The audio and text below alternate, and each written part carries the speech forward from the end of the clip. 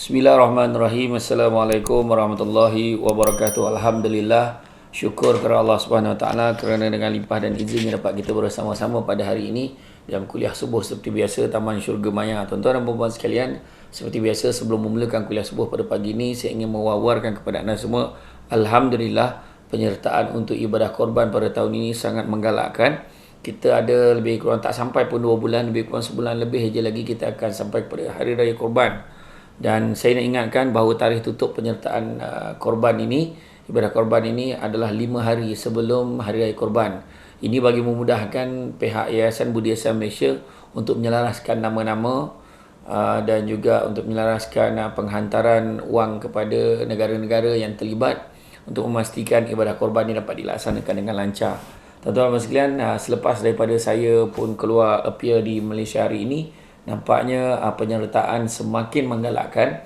Jadi tuan-tuan dan sekalian, siapa yang berhasrat bolehlah mula menghubungi pihak Yayasan Budi Ihsan Malaysia di talian yang tertera. Tuan-tuan dan puan sekalian, sekarang kita lihat tuan-tuan call tak berangkat, tuan-tuan kena ingat sekarang ni talian tengah hotline tengah hotline sekarang ni.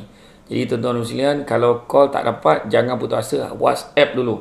WhatsApp bagi nama dengan nombor telefon, insya-Allah pihak Yayasan Budi Ihsan Malaysia akan hubungi anda semula semua untuk mendapatkan maklumat dan menguruskan untuk daftarkan nama anda di dalam program korban ini. Ingat, murah je. Satu bahagian baru RM390, satu ekor RM2,730. Murah tuan-tuan. Dan setiap penyertaan akan dikemukakan sijil penyertaan dan sebagainya. Baiklah tuan-tuan dan puan sekalian, hari ini kita sambung bab 23 iaitu silaturahim dan bakti kepada orang tua. Allah SWT berfirman, takutlah kepada Allah yang pintar meminta kamu dengan namanya dan takutlah akan memutuskan silaturahim. Surah An-Nisa ayat pertama. Dalam surah Muhammad ayat 22 hingga 23, apakah kiranya jika kamu menjadi wali, berkuasa kamu berbuat sesuka hati di muka bumi dan memutuskan silaturahim. Mereka itulah yang dikutuk Allah, lalu dia memekakkan mereka dan dari membutakan pandangan mereka. Nampak akan dipekakkan telinga, akan dibutakan pandangan, jadi dia tak nampak benda-benda yang baik ni pada dia, walaupun dia memutuskan silaturahim dia rasa benda tu okey. Itu yang kita tak nak.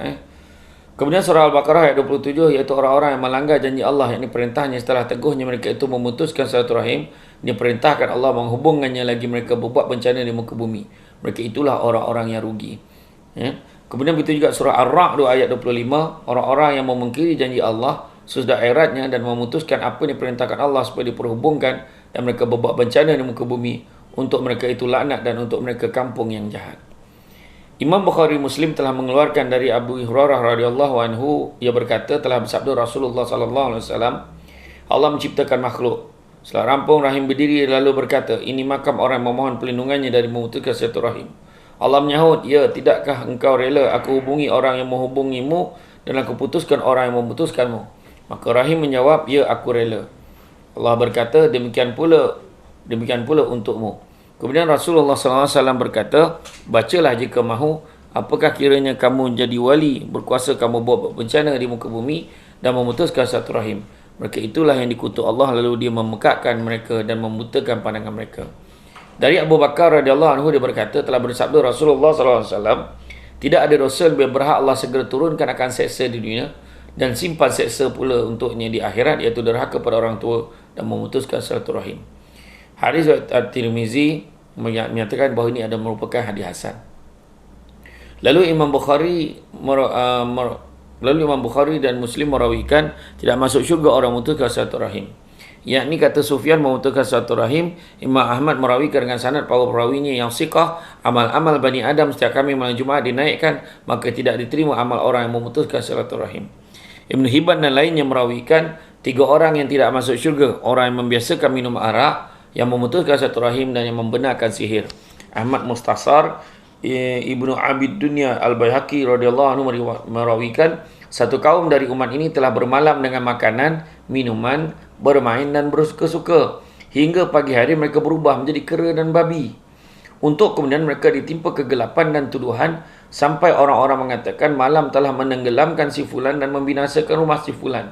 Sesungguhnya akan dikirimkan kepada mereka batu-batu dari langit, sebagaimana yang terjadi kepada kaum Nabi Lut menimpa setiap kabilah dari rumah, dan mereka akan dikirim pada mereka angin kencang yang akan membinasakan tiap kabilah dan rumah kaum Ad. Akibat mereka suka minum arak dan memakai sutra, menikmati biduan, memakan riba dan memutuskan silaturahim. Dari Jabir radhiyallahu anhu dia berkata, Rasulullah sallallahu alaihi wasallam menghampiri kami di saat kami sedang berkumpul, lalu baginda bersabda, "Wahai kaum muslimin, takutlah pada Allah dan lakukan silaturahim. Sesungguhnya tidak ada pahala yang lebih cepat daripada silaturahim. Hindarkan kelanjutan sebab tidak ada seksa yang lebih cepat dari seksa racun, dan hindarkanlah menderhakai kedua orang tua sebab angin syurga yang tercium dari perjalanan 1000 tahun lebih Allah tidak akan tercium pula oleh orang derhaka kepada kedua orang tua. Tidak pula oleh orang tua yang berzina atau jiran yang sombong. Sesungguhnya sombong itu hanya milik Allah." Al-Asbihani berkata, kami sedang duduk-duduk di sisi Rasulullah sallallahu alaihi wasallam. Yang duduk bersama kami hari ini orang yang memutuskan silaturahim. Lalu seorang pemuda pergi dan mendatangi makciknya serta meminta maaf padanya hingga dia memaafkannya. Kemudian dia kembali lagi ke majlis. Lalu Rasulullah sallallahu alaihi wasallam bersabda, sesungguhnya rahmat tidak akan turun pada kaum yang di situ terdapat orang yang memutuskan silaturahim. Itu sebabnya kalau ada dalam kalangan masyarakat kita ada yang memutuskan silaturahim, maka kita cubalah baikkan, cuba tautkan hubungan, sebab rahmat takkan sampai pada kaum yang mana ada yang memutuskan silaturahim. Imam At-Tabrani merawikan malaikat tidak mau turun pada kaum yang terdapat orang memutuskan silaturahim. Juga Imam At-Tabrani duduk selepas subuh dan satu bulatan, lalu beliau berkata, semoga Allah menyingkirkan orang yang memutuskan silaturahim. Jika ia telah pergi dari kita, maka kita akan banyakkan doa pada Tuhan kita. Sesungguhnya pintu-pintu langit terkunci kecuali bila tidak ada orang yang memutuskan silaturahim. Imam Bukhari dan Muslim merawikan rahim itu tergantung di arsy dan berkata, siapa menghubungiku, Allah akan menghubunginya. Tetapi sesiapa memutuskanku, Allah akan memutuskannya. Imam Bukhari berkata, telah tertulis dari Abdurrahman bin Auf radhiyallahu anhu, dia berkata, aku terdengar Rasulullah SAW bersabda, Allah SWT berfirman, aku Allah, aku maha pengasih, aku ciptakan rahim, dan aku ambil untuknya nama dari namaku. Siapa menghubunginya, aku akan menghubunginya. Tapi siapa memutuskan, aku akan memutuskannya. Imam Ahmad merawikan dengan sanad sahih, sesungguhnya orang yang mensia-siakan pribadi Muslim tanpa hak, maka rahim itu merupakan penjara dari Allah SWT. Sesiapa yang memutuskannya, Allah mengharamkannya masuk syurga. Juga dari Imam Ahmad dengan sanad rahim itu penjara dari Ar-Rahman, yang berkata, ya Tuhanku, aku putuskan, aku diperlakukan dengan tidak baik, aku dizalimi. Allah menjawab, tidakkah kau rela aku menghubungi orang yang menghubungimu dan memutuskan orang yang memutuskanmu? Imam Bazar merawikan rahim itu terdiam di arsy dan berkata, ya Tuhan, hubungilah orang yang menghubungiku dan putuskanlah orang yang memutuskanku. Kemudian Allah berkata, aku maha pengasih lagi maha penyayang. Aku ambil rahim dari namaku. Siapa menghubunginya, aku akan menghubungi orang itu. Tapi siapa memutuskannya, aku akan memutuskan orang itu. Imam Bazar merawikan 3 hal yang tergantung di arsy. Rahim, ia berkata, aku bersamamu dan aku tidak memutuskanmu. Amanah, ia berkata, aku bersamamu, maka aku tidak akan kufur. Aku tidak akan berkhianat. Dan nikmat, ia berkata, aku bersamamu, maka aku tidak akan kufur. Juga Imam Bazar merawikan, watak itu tergantung di arsy. Jika rahim mengeluh dan diperlakukan maksiat, maka Allah mengutus watak untuk mengecap hatinya, hingga setelah itu dia tidak boleh memikirkan sesuatu. Imam Bukhari dan Muslim mengeluarkan, sesiapa yang beriman kepada Allah dan hari akhirat, muliakanlah tamunya. Siapa beriman pada Allah dan hari akhirat, hendaklah bersilaturahim. Dan siapa beriman pada Allah dan hari akhirat, hendaklah ia berkata baik atau diam saja. Juga beliau berdua mengeluarkan, siapa ingin dimurahkan rezekinya, hendaklah ia bersilaturahim.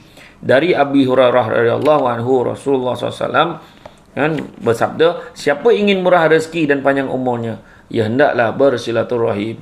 Juga Imam Bukhari merawikan dengan lafaz Tirmizi berkata, pelajarilah nasabmu hal mana engkau dapat bersilaturahim dengan saudara-saudaramu. Sesungguhnya silaturahim disukai di muka bumi, menambah rezeki dan memanjangkan umur. Dan Imam Ahmad dalam kitab Zawaidul Musnad merawikan, siapa ingin murah rezeki dan panjang umur serta terhindar dari keburukan, hendaklah ia takut kepada Allah dan bersilaturahim.